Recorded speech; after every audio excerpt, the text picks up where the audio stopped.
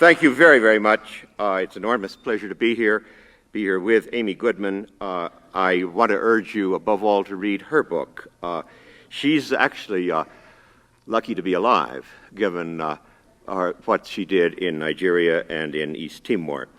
Some extraordinary reporting, and is one of the great assets we have in the country today.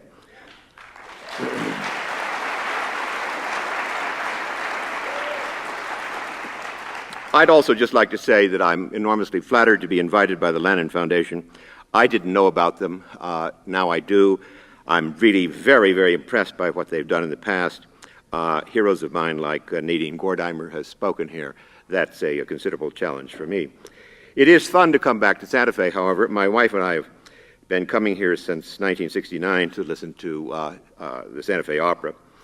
We were here in the summer of last year for the tribute to John Crosby, and it's wonderful to be back and credit what is almost surely the most important musical festival in America today.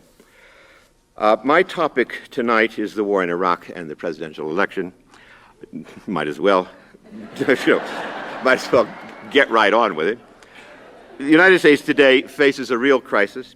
It's not just the military failure of Bush's policies in Iraq or the discrediting of our armed forces and intelligence agencies as corrupt, incompetent, and criminal. It is above all our international isolation and disgrace because of our contempt for the rule of law.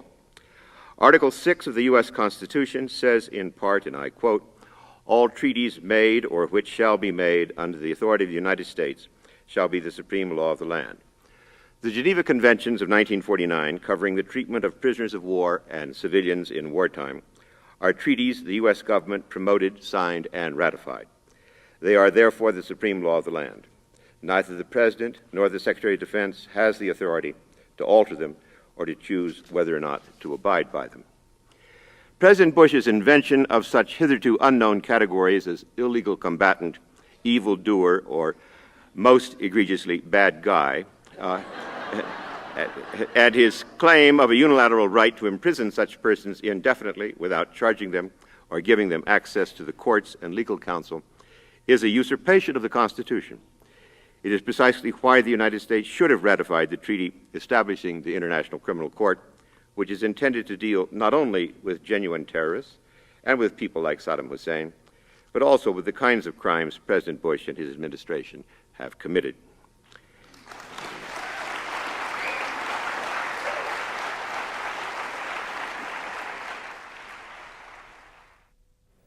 This is interesting. You know, tomorrow is the first presidential, I don't think we can call it debate.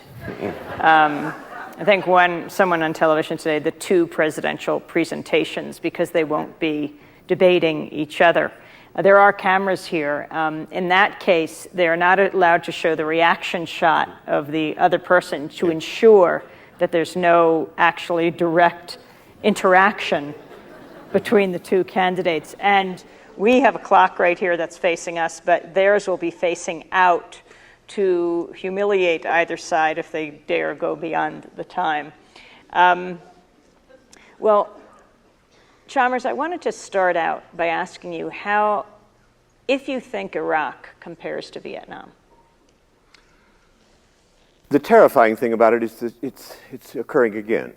That is, that we don't have the news, that the system isn't working the way it ought to, that we have seen the subversion of the intelligence service then and again today.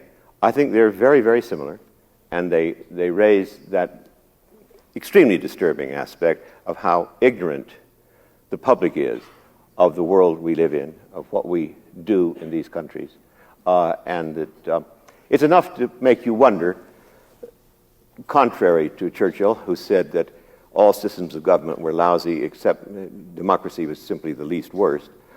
You begin to wonder, do we have a democracy? Is there really a choice? Does this make any sense right now? That's why I worry about whether we have in fact already crossed our own Rubicon, and it is irreversible. But I think it's very similar to Vietnam, and except that it's more serious now even than that was.